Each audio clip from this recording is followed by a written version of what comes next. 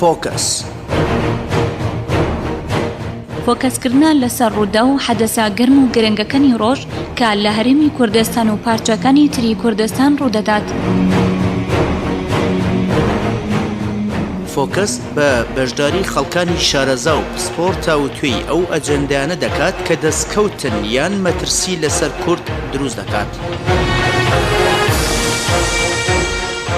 فۆکەسکردنە لەسەر پرسی کورد لە هەر کوێی دنیا بێت. فۆکەس گەڕانە بە شوێن هەر بابەتگەلێک کە دۆزی گەلی کورد لە هەر کوێی دنیا بێت پێش دەخات. فۆکەس هەموو ڕۆژانێکی شەمە کاتژمێر 11 ڕاستەوخۆ لە دەنگی گەلی کوردستانەوە پێشکەش دەکرێت. فۆکەس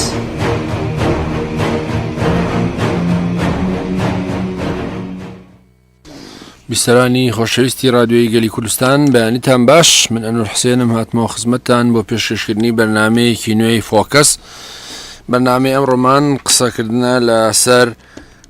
بەردەوامی ئۆپراسیۆنەکانی حکوومەتی تورکیا بۆ سەر ئەفرین و بەرەنگاربوونەوە و بەرخودانی هێزەکانی پێدەیە پەگۆیە پەژە و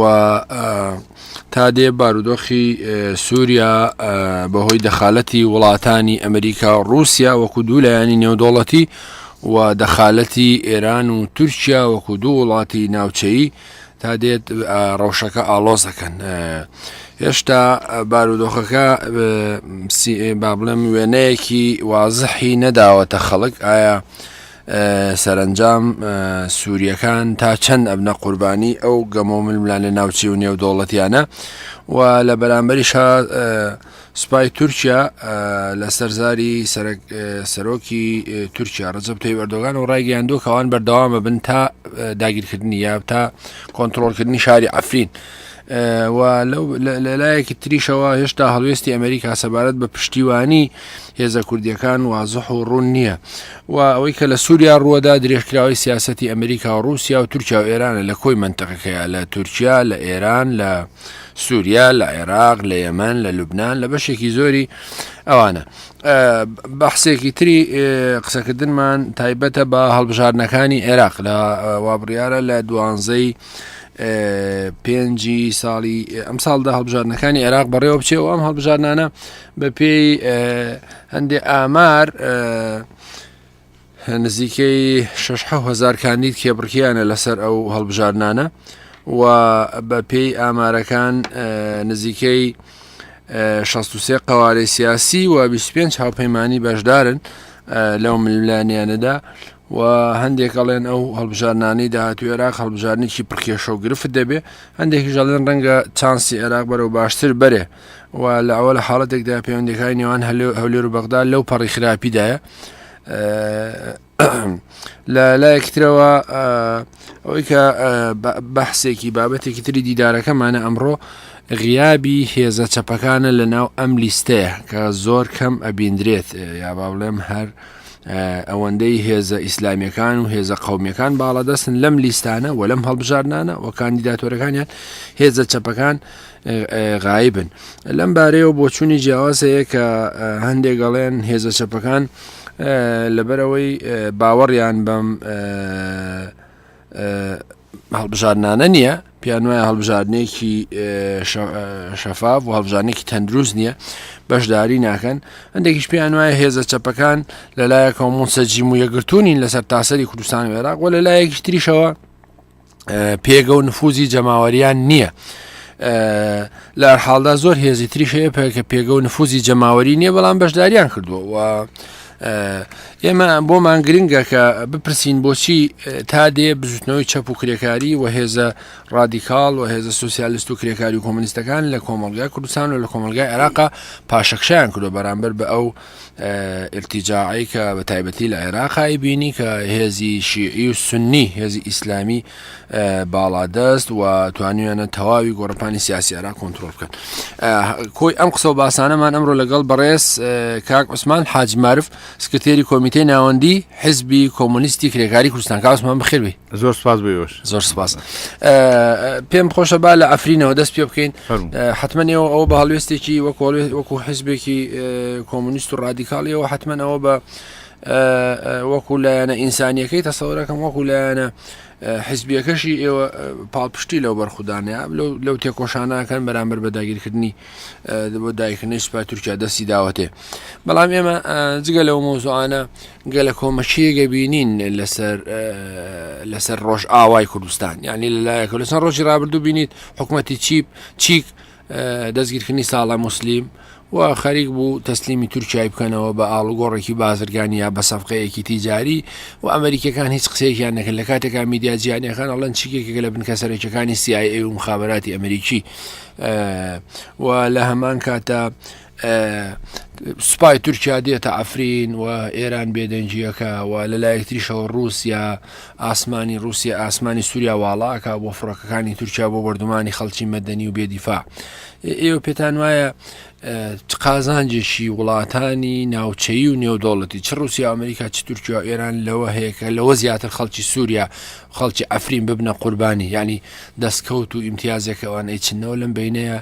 چییە لە کاتێکا لەسەر لاشەی 500,000 کەس لە خەڵکی سووریاوە لە ماوەی 40 ڕۆژی ڕابردوودا زیاتر لە 1000 کەس لە ئەفرین بوونە قوربانی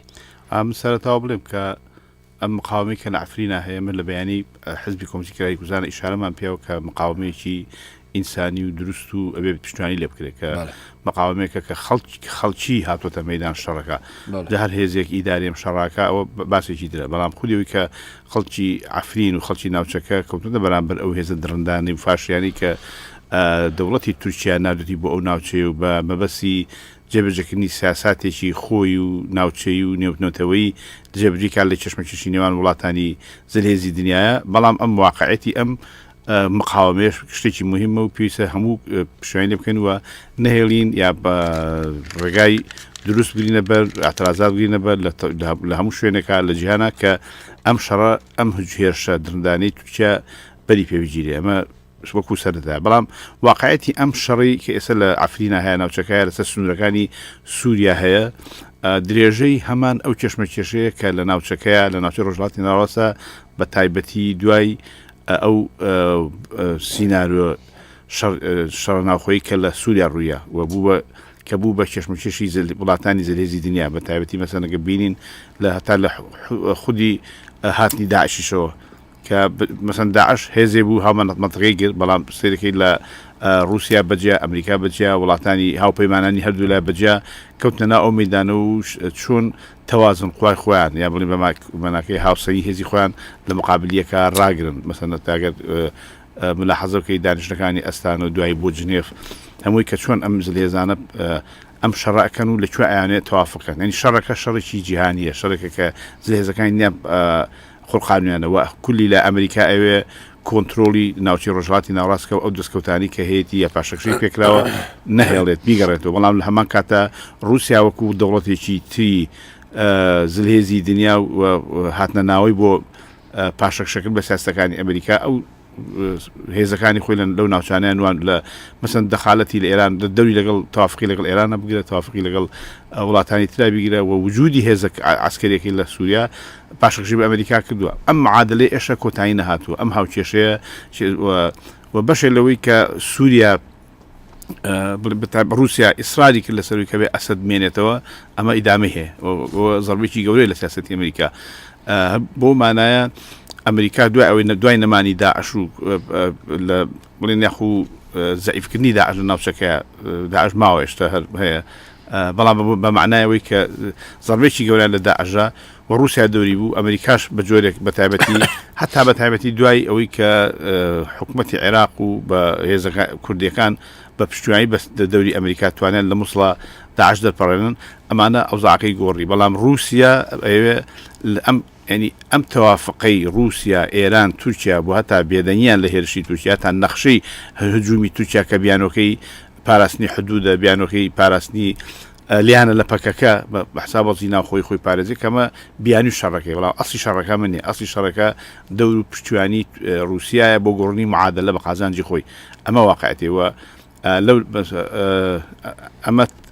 ئەمە واقعیت شەڕەکەی بەڵام تەناقوزاتی شەڕەکەیە کە تەناقوزات و تاقیداتی شەڕەکە بڵێن ناکۆکی و ئاڵۆزەکانی شەڕەکە مەسەڵەن تووسێکە هێزە کوردیەکان لەوێ ئەمریکا پشتیوانیانەکە بەڵام مثلا ئەو ناوچانە پارێزن کە دەور و نفوزی ئەمریکای باش کاک عوسمان بابنەگەک دەخەبت بەڵام بخوازم تەناقوزی بۆ زۆرکەیە بەڵام لە لایەکی کەەوە سێرەکەی و تا ئێستا بەهۆی ئەم شەڕەوە لە مقابلی تورکیا ئەم هێزانە لەگەڵ سووریا ڕێکەون لەشکری مثلا هێزەکانی سووریا بێنن حکوومەتی سووری بێن بکەونە مقابلی یا خۆیانی پێ پارێزن بە هەردەی لە بەهەج ڕێکەوتنەوە کەمە خۆ ڕەنگە لە باری ئینسانی و کارێکی باشە بۆی شەڕەکە ڕاگیرێ بەڵام چێشمەکێشی وڵاتانی جیهان چێشمەکێشی وڵاتانی ناوچەکە تورکیا ئەم شەڕە بەم شێوێ نەیتوانی ڕاگرێ بۆشەکە بۆ لە قسە پرسیارەکەی توە زۆر تەکیلەوە کا لە قسەکان تاکە ئاڵۆزی و بەردەوامی ئەم شەڕ ئاڵۆزی بەردەوامەکەوێت کە تەناقوزاتی وەزەکە نەگەیشتۆ بە نەتیجەیە ناتوان ئیتفاقە لەمێ زلێزانە مثلا ئەمریکا ئەو مثلا سەکەوتە تەناقوزێکەوە پشتیوانی هێزە کوردیاناکە لەلایەک بەڵام لایەکشەوە ئەو تا ئەمانشنە پاڵ سووریا لەلایەکەوە رووسیا تورکیا هێناوە بەلای خۆیان بەڵام ئەمریکاش مەبەسێتی کە جاریش کە تورکیا بکێشێتەوە تورکیا جۆرە ئیستقلالاتی خۆی وەگرتووە بەجالەوەی کە چۆتە جەبهەی رووسیاوە ینی وەزعێکی ناکۆک و وەزێکی نالەبا لە ناوچەکەیە کە عەفرین و ئەو هێزانی کە لە ئەفرینان بوونەتە قوربانی ئەو شەڕە باشە پرسیارێکی جدی هەیە کە حتمان خۆشت سەرنج داوە تێویژەوەیە کە بەشێک لە هێزە چەپەکان لە ئەمریکای لاتینەوە تا ئەسکەندناڤیا تا بەڵتیق و تەنانەت تا بەشێک لە وڵاتانی ئاسیا ئەفریقاش لە ژێر ناوی حرەکاتی چەپ هێزی چەپ تەنانەت خەڵکیان ناردووە و گەریلای خۆیان ناردووە بۆ پشتیوانی لە ئەفرین بۆ نمونە حزبی مارکس لێنیستی تورکی و هەندێک لە چەپەکان و گروپی ڕادیکاڵی چەپ و مارکسیز لە بەریتانیا لە یۆناان ئێوە شایدیەوەن یەکەم پرسیارەکەمەوە ئەو هاو پشتیوانیە چۆن نەبینن وەکو حیزبێکی کۆمونیستی و بۆچی ئێوە چاو لەوان ناکەن ینی بۆ نمونە ئێوە بۆ گەری لای خۆتان نانێرن تۆ ڕەنگە بڵێ ئێمە هێزی سەربازیمان نیە بەڵام خۆ ڕەنگە بتوانن ئێوە بە جۆرێکی تر بەشداری لەو ئینە بکەن وەکۆی کە پیان وایە ئەوەی کە لەوێ ڕۆدا هێزێکی عەدالەت خواز و یەکسانی خواز و هێزێکی سۆسیال دموکرات و هێزەکە ژنیانتیایە باڵا دەستن نەتەوە پێکاتەکان شوێنیان گرتووە و ینی تا ڕادەیەکەکرێ لە ئایدیا و ئیدۆلۆژیا ئێوە نزیک بێ مەسەلەکە نزیکی ئایدۆلۆژیانیە ئەمە چەند نزیکین دووری لەوان مەسەلە هەتا لەگەڵ هەتاگە بەسە بۆ وا دابنین کە پێشمایە وابێ مەسەل ئەو هێزی کە لە خولی لە ئەفرینایە بە هەر جۆرێ بێ هێزیی ناسیۆنالیستیە بەڵام عمومەن ئێستا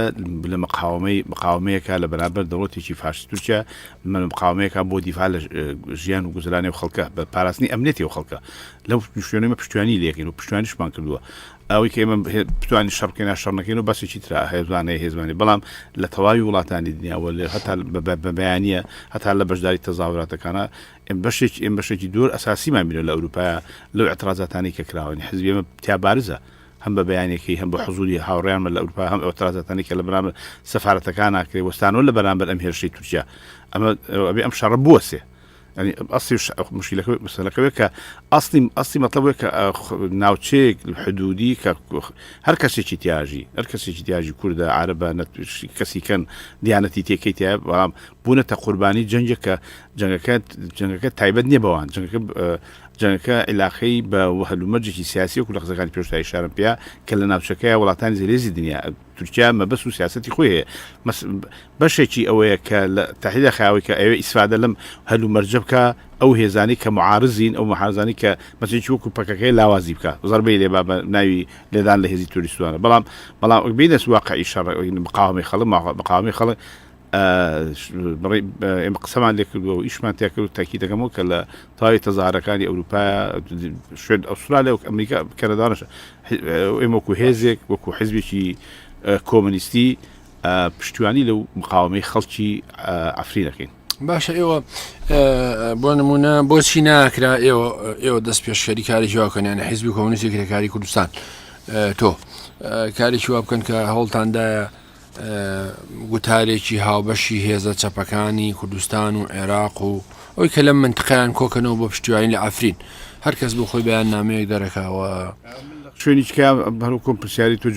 جوابەکەم کەسژمێ تەجید کە بۆ قسەکەی بنەوە کە هەر کەسێ هەر لایەنێکی سیاسی هەر کەسێ هەر لێکدانەوە بۆ چوونێکی هەیە لەسەر شەڕە هەتا لە ناوان چەپەکانە ممکنە مثل لێکدانەوەی من بۆ ئەم شەڕە ئەم واقعەتێکی سەر لە ئەفرین و سووریا هەیە ئەم هێرشی تورکیای لێکدانەوەی کەمە بێت کەسێکی کە هێزێکی سیاسی تر کەسانێکی تر حزبێکی چەپیتر بۆ چوون لێکدانەوەی هەبێ و لەگەڵ منان نەبێ بەڵام هەمومانەوەی کە من ئەوم لا مویمە بانگوازیەوەی کە هەمومان مشتەرەکینەوەی کە ئەم شەڕە نابێ ببێ ئەبێ ئەم شەڕە ڕاگیرێ ئەم شەڕە بە دژی خەڵکی ئەفرینە هەتا شەڕەکە نەگەوت هەتا گەنجی ئەفرینە بێ ئەم شەڕ لە ناوچەکەی هەبێ هەتا شەڕی کە رووسیا ئەمریکایکەن ئەمە ئەوتا بینیمان ئەو کارەسات و تراژیانی کە لە سووریا لە عێراق لە ناوچەکەیە چ بەڵاکی بسەر خەڵکە هێناوە هەمووشی ئیدامەی بەردەوامی ئەم شەڕێکە وڵاتانی لێزی دنیا اتفاقیان کردووە تا بڵێن بە ڕێشیان خستووە لە هەمان کاتا مەسن وڵاتانی کەی ناوچەکەش بە ئێران و تورکیا بەشێکی گەورن لە دەخالەتی ئەم شەڕایە مەسەلەکە کە بێ دەنگێکمان بێ هەمان لە بەرامبەر کولی ئەم شەڕایە بۆسینەوە يعني اما ناوەڕۆکە کەیتی ئەمە مەسەلەکەیتی زۆر کە خەڵک بێتە قوربانی ئەبێ شەڕە لە سووریا کولی سووریا خۆی بۆسێ بۆ شەڕە بێم حکومەتانە مثلا حکومەتی سووریا حکومەتی تورکیا حکومەتی ئێران حتا ئەحزابی کوردی زۆرێک شەریکن لەم چێشمە کێشەیە يعني شەریک لەوەی کە ئەم مەئساتە بۆ خەڵک دەکەن ئەم ناجێگیرە سیاسی و جێژاوە سیاسی کە لە مەتەکەیە هەیە و خۆ دەزانی بۆ چەندین ساڵە درێژی هەیە ئەبێ ئەمە ڕاگیرێ مەسەلەکەوت ئەمە بچین پەیامێ مشتەرەک بینە مشتەرەگرین زۆر مەسەلەیەک نییە بەلای منەوە مهمە کە هەمومان دیفاعین لەوەی کە ئەم زەرەرە ئینسانی ئەم تراژدی ئینسانی ئەبێ بوەسێ باشە بیسەرانی خۆشەویستی رادیۆ گەلی کوردستان ئەمڕۆ بەرنامەی فۆکەس تایبەتە بە قسەکردن لەسەر ئەو هەلومەرزی لە ئەفرین هاتوتە پێش و ئەو سیناریۆ کارتانی کە لە نێوان وڵاتانی نێودەوڵەتی ڕووسیا و ئەمریکا لەلایەک و تورکیا و ئێران لایەکترەوە سەبارەت بە ئەفرین و سووریا و بارودۆخی منتەقەکەی نائارام کردووە و لایەکتریشەوە قساکەین سەبارەت بە هەڵبژارنەکانی عێراق و دواتریش قساکەین لەسەر گرفتەکانی هێزە چەپەکان و غیابی حرەکە و بچنەوەی چەپ و کرێکاری لە عێراق و کوردستان سەبارەت بە چ دەخالەتیان لە هەڵبژارنەکاندا نەکردووە و چ دەور و تەسیریان و ئەو کێشە گفتانی کە لە بەردەم حرەکە کاوسمانیەوە بێنە سەر بەحسی دووەممان قسەکردنە لەسەر هەڵبژارنەکانی عێراق ئێوە ڕاگەیاندنێکتان داوە بەناوی حیزبی کۆمونیستی کرێکاری کوردستان نابێت لەم گاڵتەجارەدا بەشداری بکەن گاڵتەجاری هەڵبژارنی ئەنجومەی نوێنەرانی عێراق دووبارەکردنەوەی هەمان سەودە و مامەڵەی ناو بازاری لە خشنەبری خەڵکە کێبڕکەی بەدەستهێنانی کورسیەکانە لە نێوان دەستە و تاقمی کۆنەپەرست و نەتەوەپەرست و مەسهەبی و تایفێ میلیشیاکاندا مەیدانێکە بۆ درۆکردن و داپۆشینی ڕابردووی تاڵانچێتی و ڕاوڕووتی خەڵک و سڕینەوەی خوێنی دەست و مەچەکێکە کە لە تاوانەکانی کوشتنی تورکرد حەز ناکە ئەم بەیان نایە زۆر توندە ینی لانی کەم با بڵێم بمبورە بێڕێزیکردنە بە بەشێکی زۆری خەڵک کە بەشداری لەو هەڵبژارنەیەکە کە بەپێی ئامارەکان نزیکەی 22 ملیۆن هاوڵاتی عێراقی بەشداریەکان ئێوە ناکرێ ینی بە زمانێکی تر نەرمونیان سەر واقعی هەڵبژار دەچۆنە لێەوە توانین قسە بکەیت بۆ با پێشتر لەو بەیان لە هەرەوە لەو کۆپلێەوە ئەزانم لەو کۆپلەی ئیشارە پێ ئەو کۆپلێ بۆ هەیە ئەو کۆپلێ واقعیە ناواقعیە ئەوانی کە هاتوتە ناو هەڵبژاردنەوە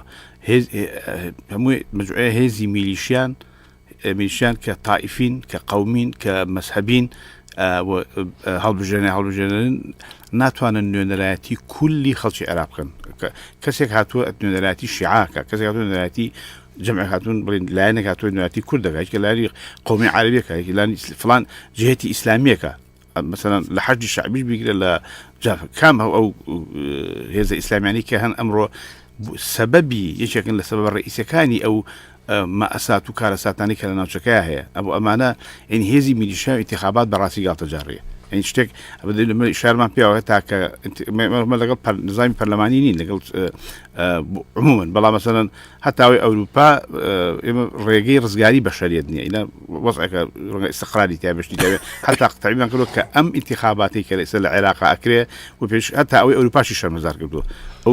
ئەو ئینتیخاباتی کە ئەحزابی بۆرژوازی لە وڵاتانی شوێنێکی دنیایکەن ئەم جۆرە لە ئینتیخابات شەرمەزارکردنی و ئینتیخابەشە ینی ئەمەنە ڕیسوایە بۆ خۆی ینی مەسەلەنێ من ئێمە بڵین چۆڵی کەشفی خۆی مەوجودە ڕیسوایەکەی دیارە مەسەلەن گاڵتەجارەکەی دیارە مثلا هەتا نسبەی بەشدارکرد تۆڵی 12 ملیۆن عێراق 22 ملیۆن لە عێراق مەرجێ بەشداریکە ڕەنگە لە سا 20 نیکە خۆ لە مەسەن لە وڵاتانی ئەوروپا جارە لە سا 20 جنایکە وڵها ئەڵەن شەرعیە هەڵبژێرانی خەڵکەوە ئەوەش بەحسێکی ترە بەڵام خودی ئەمەی ئێستا زانیتوان بە شەرەکانیان تەقسیم کردووە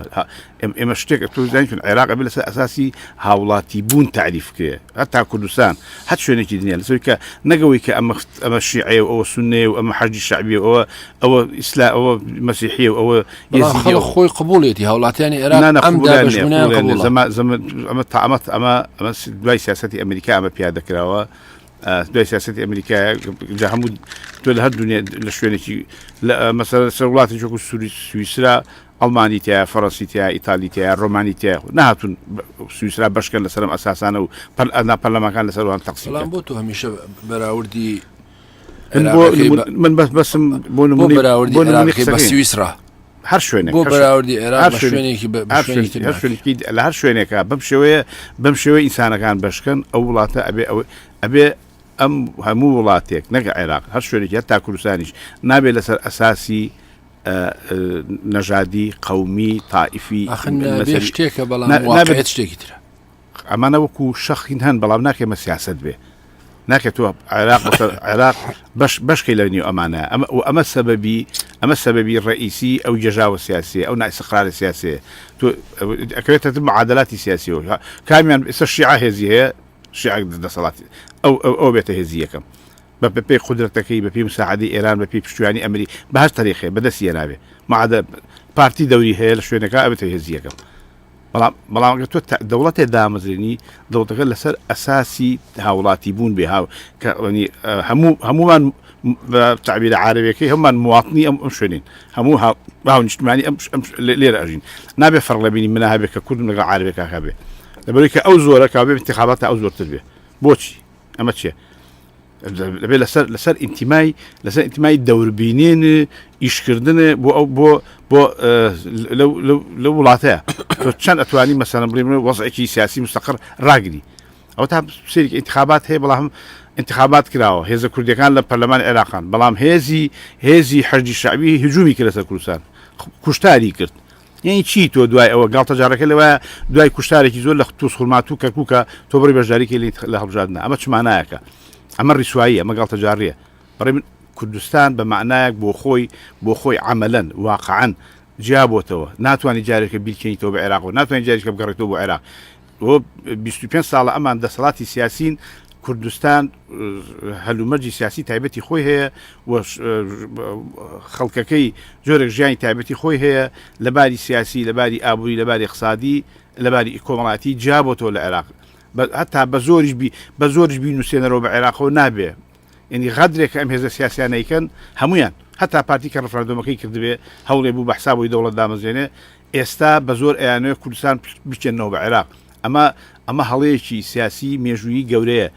و نایەن ئەمە ناکەن هاتوون جارێککە ئەم خەڵکە کە 25 ساڵە جیابەوە بە زۆر چاوەڕوانیەکە لەوەی کە عێراق بجێ ئاەتێ و بیگەڕێنیتەوە بۆ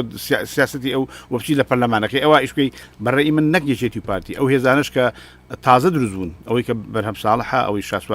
ئەوان شاسوار واحدە سێرەکەی هەمان سیاسە دەبنە پێشۆ کە ئومێد بە خەڵگەیەن لە بەغار شەحالە بێ بەڕێ من ئەمە غەدرێکی گەورەیە تاوانێکی گەورەیە بەرامبەر خەڵکی کوردستانی کەم هێزە سیاسیانە ئەوە لەوەی جەماعەتی بۆچی ئەم سیاسەتە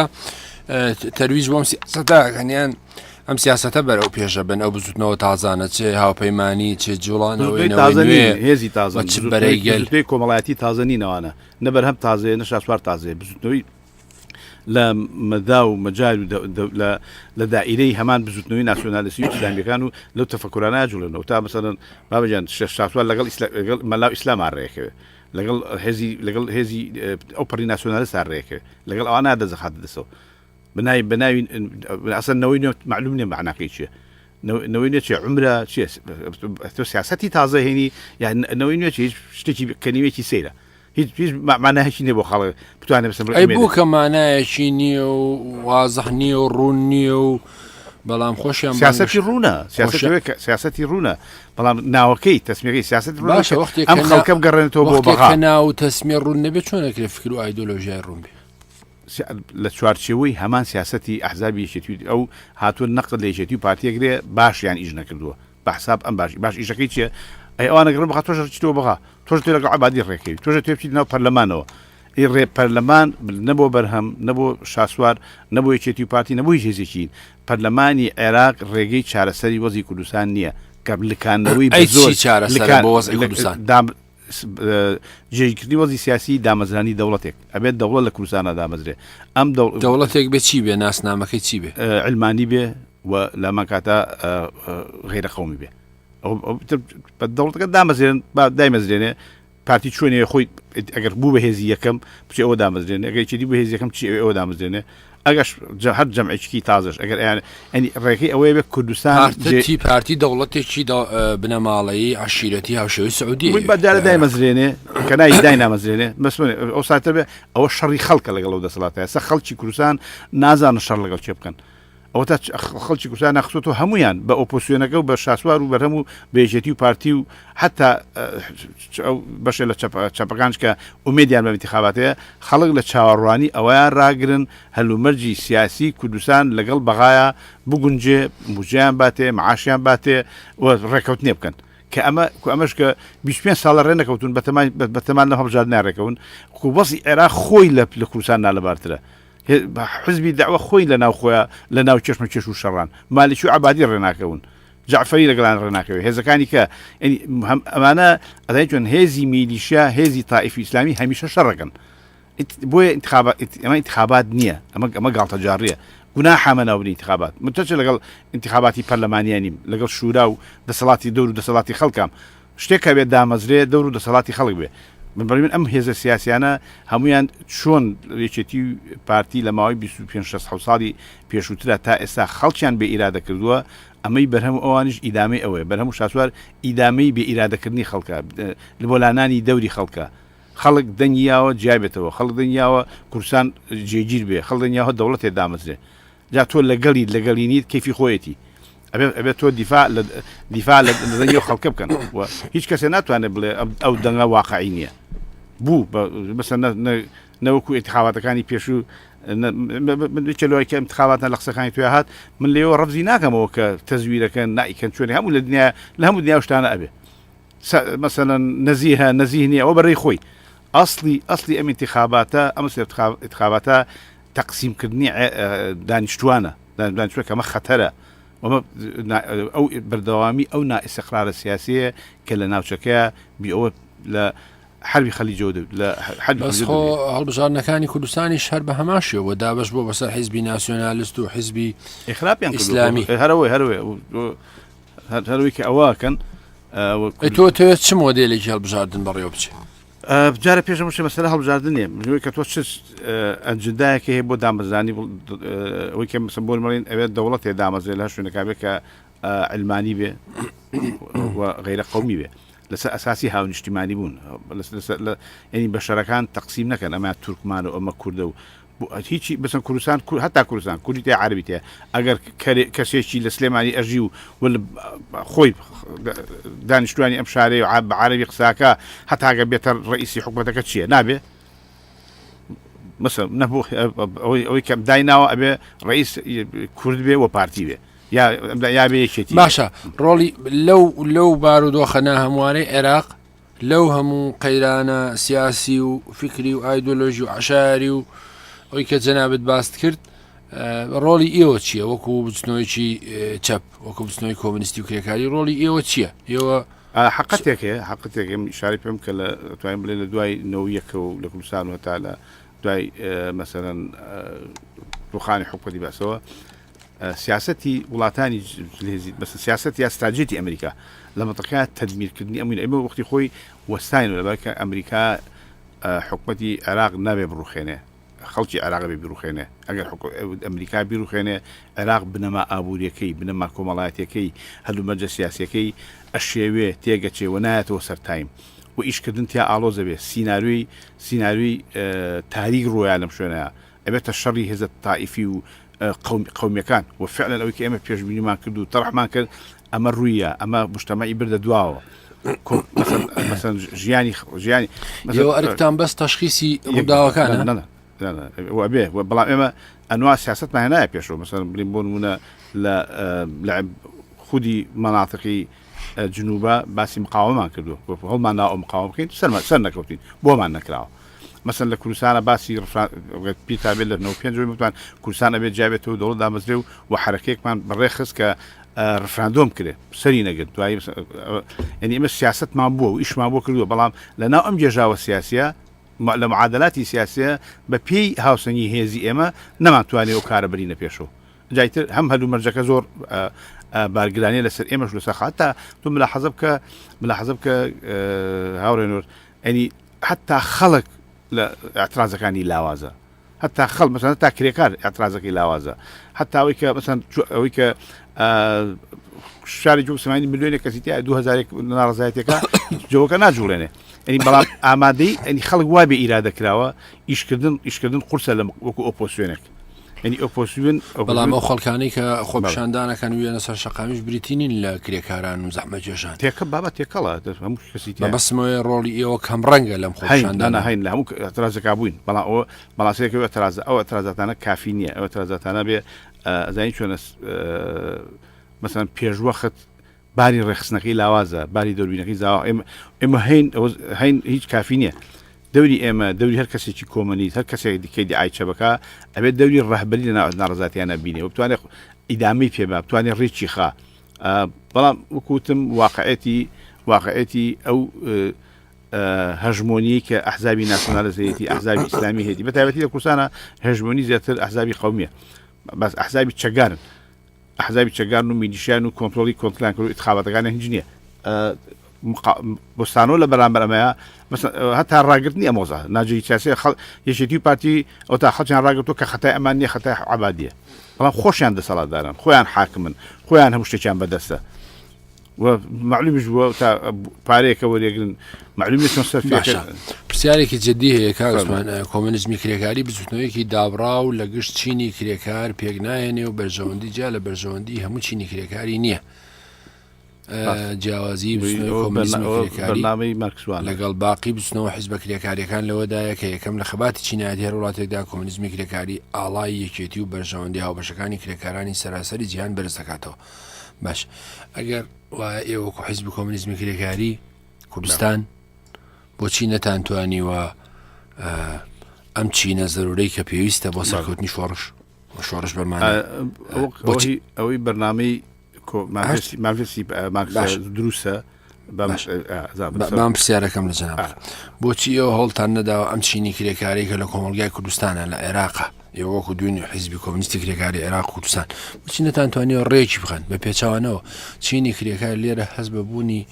حرەکەیەکی ڕێکخرا و ناکرێت وەغایبە لە خۆپشاندانەکانە و حیزبە کۆمونیستی کرێکاریەکان نەیانتوانیەوەی کە جەناب دوتت پێشەنگی ئەم بچنەوە کۆمەڵایەتیانە بن نەیانتوانیوە دەور ڕۆڵنۆخشیان هەبێ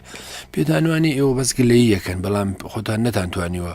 کۆمەلگا ڕێخن کۆمەلگا بجوڵێنن ئێمە گلەی ناکەین گلیمان لە کەسی نەکردو ئەم بەیان نامە زۆرتر ڕەخنە جای و گلەی جای ڕەخنەوەی کە واقعەتێ چۆنەوە چی بکەین لە مقابلە هەموو بەیانێک ئەو تەوجیهیتە بەڵام لەسەر ئەمەی کە مارکس و جلز لە مارڤێسا ئیشاری پێن کە دەوری کۆمونیستەکان چیە موقعەتی کۆمونیستەکان چییە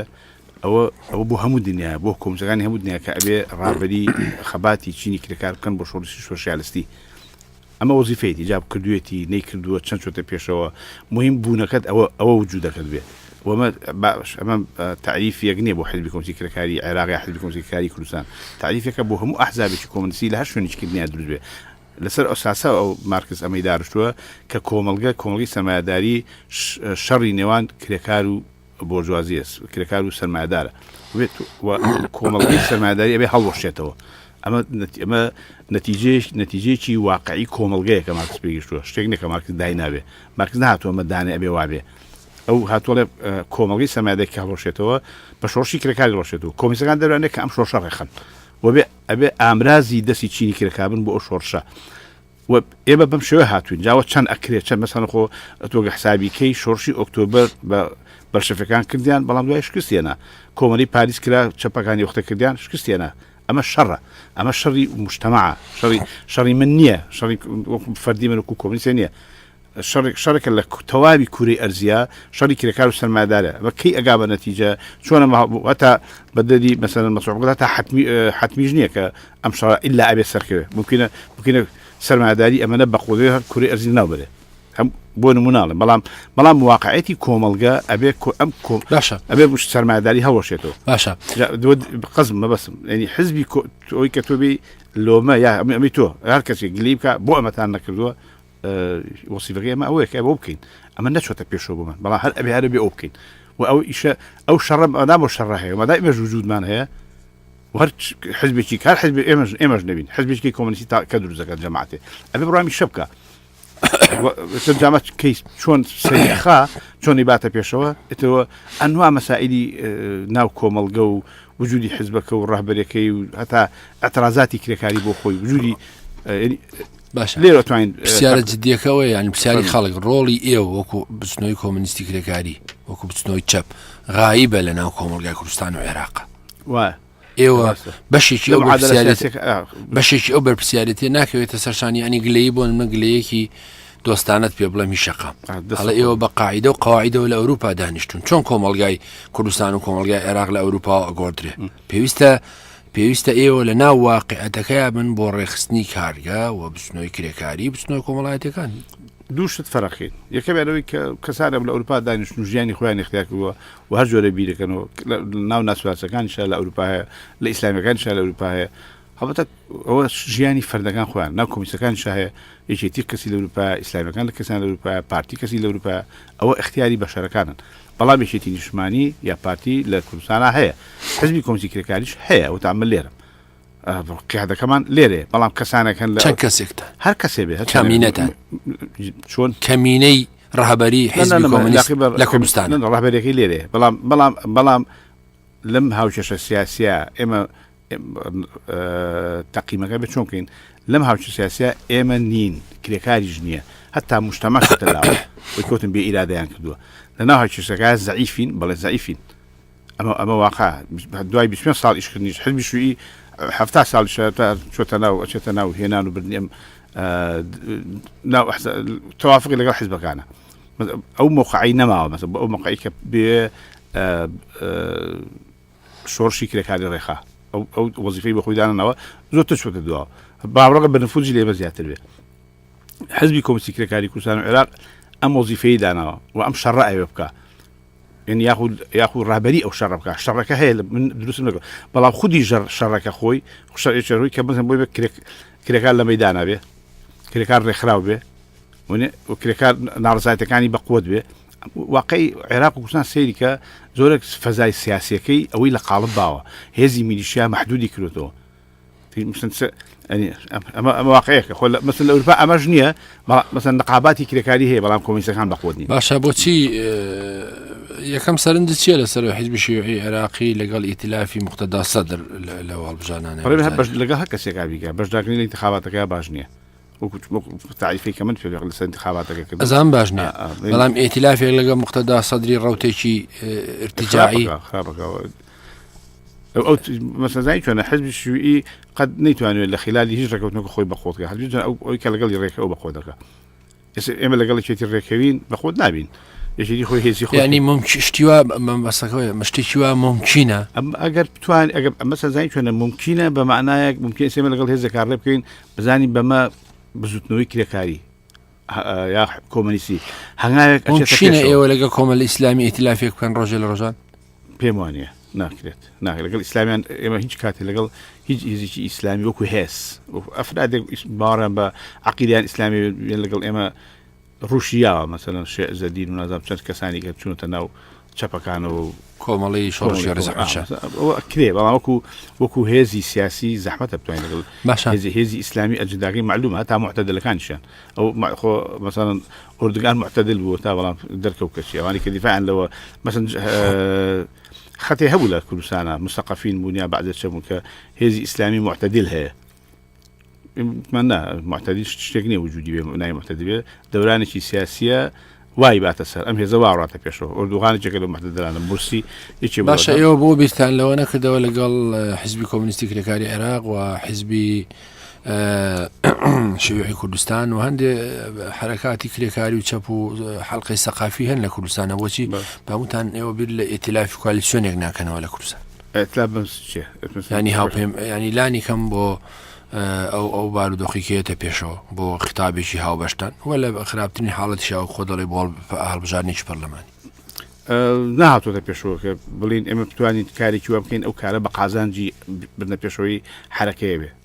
ینی خودی ضرورەتی واقعەتی کوردستان و واقعەتی عێراق ئەو هەلومەرجەی نەڕەخسانوە کە ئێمە بڵین ئەگەر ئیتفاق خۆت ئاگات لێ مەسەن لەگەڵ بڵین حزب شوعە ڕەوا بێت عیلاقات ئەمانە هەیە مثلا لە بعضێ مایادینی مەسەن بۆ نمونە مەسەن لەسەر خانە نیشتنان شتی مشترکمان هەیە مەسەن لەسەر بزوتنەوەی هەژاری شتی مشترکمان هەیە لەسەر ئازادی سیاسی ئەمانە کرێ دەورانی مختلف بەڵام عموما وەزەکە لەوە ئاڵۆسترە لە ئاڵۆ مەسەن تۆ سەرەکەی وەزئی هەلومەرجی سیاسی لە 16 ئۆکتۆبەر ئەزانی چۆن گۆڕانی وەزەکەی بە 180 دەرەجە لەم ئاڵ و گۆڕیش دوای 16 ئۆکتۆبەر ئێمە نەفی ئەوەکەینەوە تەسن ئەبێ خەڵک اعتراضکە بەرامبەر بە هەڵبژاردن ئەبێت لە بەرامبەر هەڵبژاردن بۆچێتەوە